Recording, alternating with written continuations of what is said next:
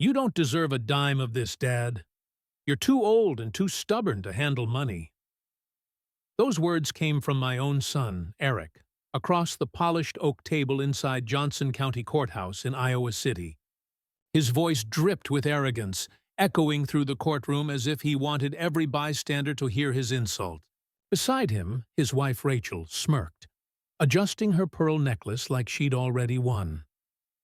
I sat there, staring at the grain of the wood, my hands trembling. Not from fear, but from anger I forced deep inside. The judge hadn't even spoken yet, and already my family was mocking me in front of strangers. For 35 years, I'd worked at the paper mill, saving every dollar, paying off the mortgage on the old farmhouse outside Cedar Rapids. That house wasn't just wood and nails, it was the sweat of my youth, the sound of my late wife's laughter, the walls where I raised Eric. But now he sat across from me, trying to snatch it all away with smooth words and cold eyes. "Your Honor," Eric continued, his tone sharp, "my father is no longer capable of managing his assets. He forgets things. He lives in an outdated farmhouse with broken plumbing. My wife and I believe it's in his best interest that we assume financial control." A murmur rippled through the room. I felt my ears burn. Outdated farmhouse? That place had weathered more storms than he ever had. The judge glanced at me. "Mr. Carter, do you wish to respond?"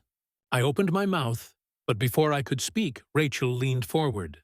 "Your Honor, last month he gave away $2,000 to some stranger claiming to be a contractor. He can't even tell when he's being scammed. We just want to protect him." Lies! Half-truths spun into daggers. I'd lent that money to an old friend from church who was struggling to fix his roof, but they twisted it into weakness. I gripped the armrest of my chair.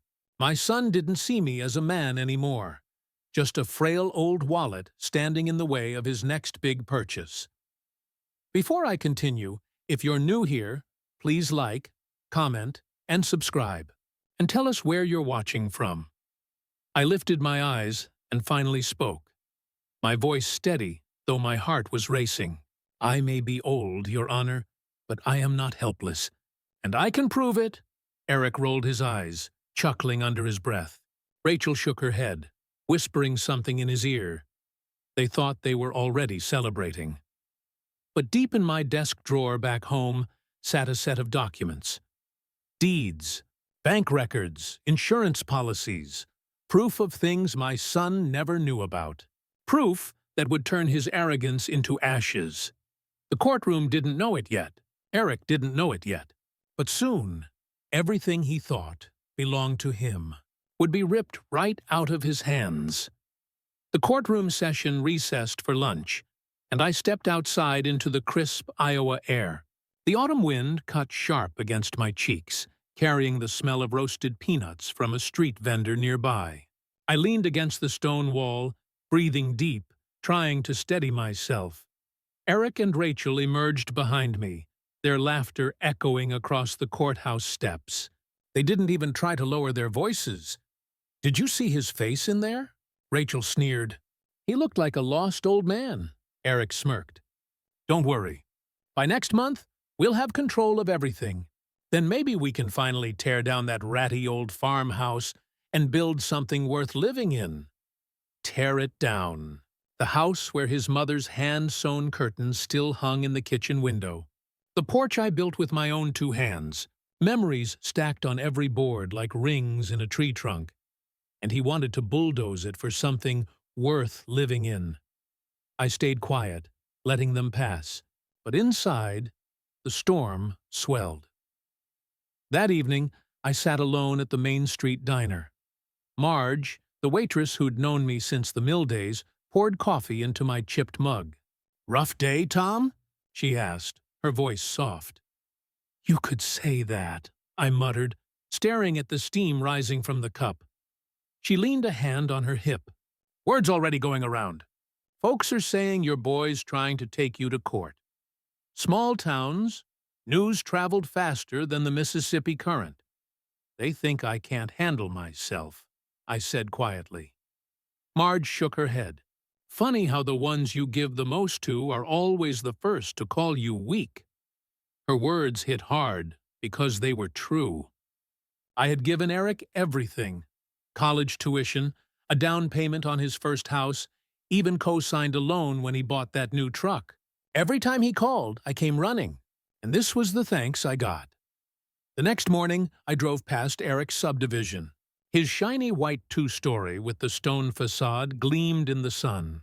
Out front, a for sale sign was already planted in the yard. My heart dropped. He hadn't even won the case yet, and he was already banking on victory. Later, he called. His voice was calm, rehearsed, almost smug. "Dad, listen, once the judge grants us conservatorship, things are going to be smoother. Rachel and I will sell the farmhouse, put you somewhere more manageable, maybe a retirement community near Des Moines. You'll like it. You won't have to worry about anything anymore." I clenched the phone tighter. And what if I want to worry about my own life? He chuckled like he was humoring a child. "Dad, you're not thinking straight. This is for your own good." Rachel's voice chimed in faintly from the background. "Tell him we'll handle the finances better than he ever could." My jaw tightened. I didn't argue. I didn't raise my voice. I just listened, because in that moment I knew. If I stayed silent now, I'd lose everything. Not just the house, not just the land, but my dignity, my name, my entire life's work. And I wasn't about to hand it over to a greedy son and his smirking wife. I hung up, walked over to my old oak desk, and unlocked the bottom drawer. Inside lay the thick envelope I had kept untouched for years. Updated property deeds, a separate savings account, even an insurance policy Eric didn't know existed. If they wanted to drag me through court, I would show them the real meaning of justice. And when the gavel finally struck, it wouldn't be me left in ruins. I spent the next week gathering everything: bank statements, the deed to the farmhouse, even the old folder of documents my late wife and I had tucked away decades ago. Every line of ink told a story. The mortgage I'd paid off in full. The land surveys proving I owned not just the farmhouse, but the surrounding acreage my son never even knew about. I drove into downtown Cedar Rapids, the courthouse towers reflecting the morning sun, and walked into the law office of Henderson and Myers. The receptionist looked up as I entered. "Do you have an appointment?" she asked. I nodded. "With attorney Mark Whitaker." "Tell him Tom Carter's here." Minutes later, I was seated across from Mark, a younger man in his 40s, sharp suit, sharper eyes.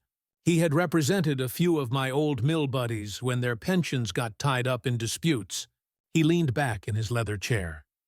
"So, Tom," he said, adjusting his glasses, "I hear your son is filing for conservatorship. Wants control of your assets."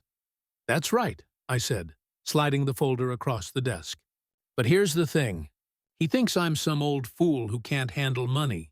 Truth is, I've got more put away than he realizes. And I've kept everything in my name. I need to make sure the court knows it." Whitaker opened the folder, his eyebrows raising as he leafed through the documents. "You've been paying property taxes on 3 lots out near Oakwood?" I nodded. "Bought them years back, after the mill strike. Everyone thought they were worthless. Turns out they're worth a fortune now. Eric has no idea." The lawyer's lips curled into a grin. "This changes everything. If he's claiming you're incapable, we'll prove the opposite. These records show not only that you've managed your assets responsibly, but that you've grown them. The judge will eat this up." For the first time in weeks, I felt a weight lift off my shoulders. But Whitaker wasn't done. He tapped a finger on one document. "We can also file a motion to expose Eric's financial situation. If he's already trying to sell his house banking on your assets, the judge will see it as opportunistic. Judges hate that." A flicker of hope sparked in me. Maybe, just maybe, justice wasn't a pipe dream. That night, I sat at the farmhouse kitchen table, the smell of strong coffee filling the air, the ticking of the old wall clock steady as my heartbeat. I looked at the faded family photos lining the wall, my wife smiling, Eric as a boy with messy hair and skinned knees. I whispered under my breath, Mary, I won't let him destroy what we built. The following week, court reconvened. Eric and Rachel entered with smug faces, Rachel in another expensive dress, Eric clutching a sleek leather portfolio. They thought today was the day they sealed my fate. But when Whitaker and I walked in, carrying binders thick with documents, I saw Rachel's smile falter. Eric's jaw tightened, though he tried to cover it with a smirk. The judge glanced over the docket. Mr. Carter, your attorney has filed new evidence. We'll review it today. I sat tall in my chair, calm, collected. The storm inside me had quieted into focus. Eric leaned toward me, his whisper sharp as a knife. What the hell are you trying to pull, old man? I met his glare with steady eyes. I'm not pulling anything, son. I'm just telling the truth. The bailiff called for order, and the judge signaled for proceedings to begin. This was it. The moment I decided I wouldn't be their victim. And soon, my son would learn what it meant to underestimate the man who raised him. The courtroom was packed that morning, every seat filled with people from Cedar Rapids, neighbors, church members, even a few reporters from the Cedar Rapids Gazette. Word had spread that this was more than a simple conservatorship case. It had become a story about family, greed, and betrayal. Eric strutted in, carrying his leather portfolio like a shield, Rachel right behind him in heels, clicking against the polished tile floor. They didn't notice the curious stares from people who remembered me as the quiet man who delivered newspapers and shoveled snow for decades. The judge called the session to order. Mr. Carter, your attorney has filed a comprehensive set of documents. Please explain. Whitaker stood and began laying out the evidence. The deeds to the farmhouse and surrounding lots, bank statements proving responsible management, insurance policies Eric had never known about, and records of investments in town properties that had appreciated in value over decades. As the documents spread across the judge's bench, Eric's confident grin began to falter. He leaned toward Rachel, whispering, "What is all this? None of this matters." "Quiet," the judge interjected. "Mr. Carter, please continue." I rose slowly, my hands clasped in front of me. The courtroom seemed to hold its breath.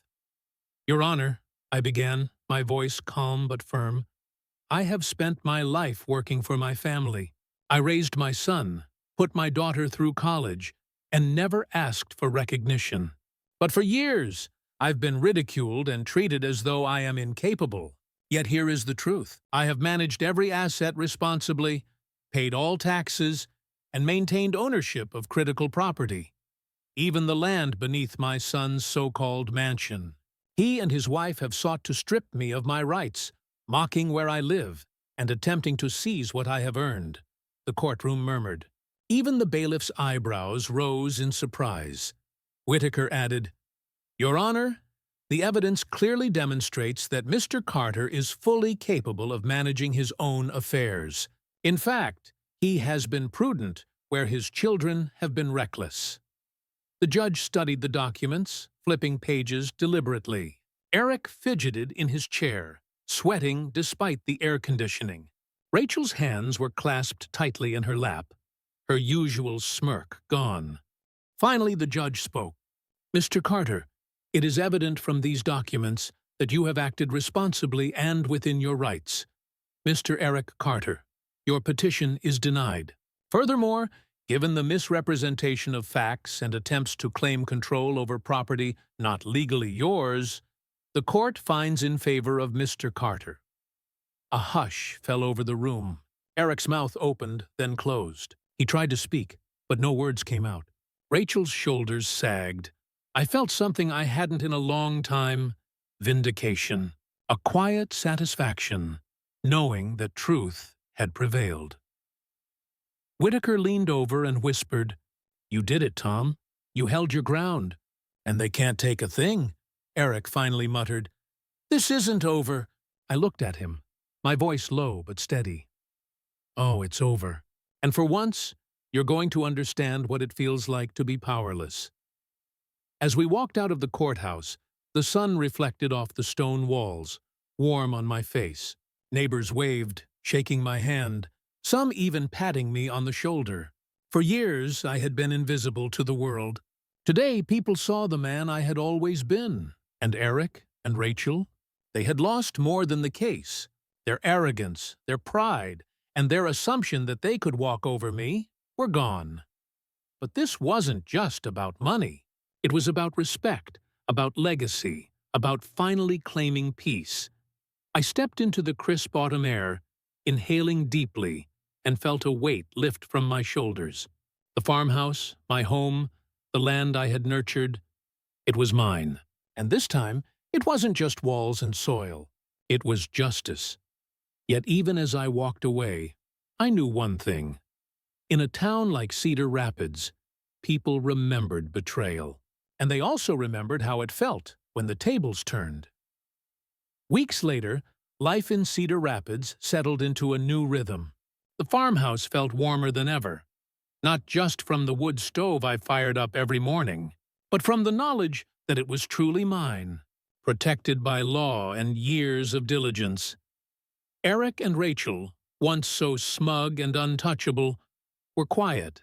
Word spread fast about the court verdict.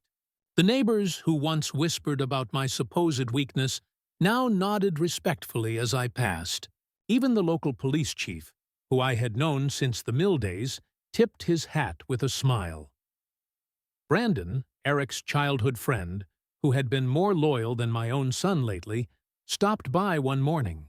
"Tom, I heard everything," he said, shaking his head. "They really thought they could push you around." I smiled faintly. Some people never learn. Inside the farmhouse, I walked through the rooms slowly. The floors creaked under my boots. The windows rattled slightly in the breeze. But it all felt like home. My hands brushed the old wooden banister, polished from decades of use. I could almost hear my late wife's voice, laughing in the kitchen, telling Eric to finish his vegetables before dessert. Eric never returned. Rachel sent a terse email asking for mediation to resolve family tensions, but I ignored it. Their mansion remained standing, their lifestyle intact, but now it rested on my land, under my rules. Every major decision would require my approval, and they knew it. I sat at the porch one evening, sipping coffee, watching the sunset paint the sky in shades of orange and violet. The autumn air was crisp, carrying the scent of fallen leaves and wood smoke from the neighbors' chimneys. I whispered to the wind, "They thought they could erase me. But here I am, standing, strong, and they will never forget it." The poetic justice wasn't just in the court ruling, it was in the quiet dignity I reclaimed. No tantrums, no yelling, no public spectacle, just calm, steady, undeniable truth. I poured a little coffee into my old chipped mug and smiled. The house, the land, the years of labor, they were mine. And more importantly, my peace was mine. Even in a town where everyone knew everyone, even in a small city like Cedar Rapids, justice has a way of finding its quiet, unstoppable path. As the sun dipped below the horizon, I raised my mug to the empty yard, to the memories of hard work, and to the years ahead, calm, full, and mine. Tell us your thoughts in the comments, and don't forget to like, share, and subscribe for more stories.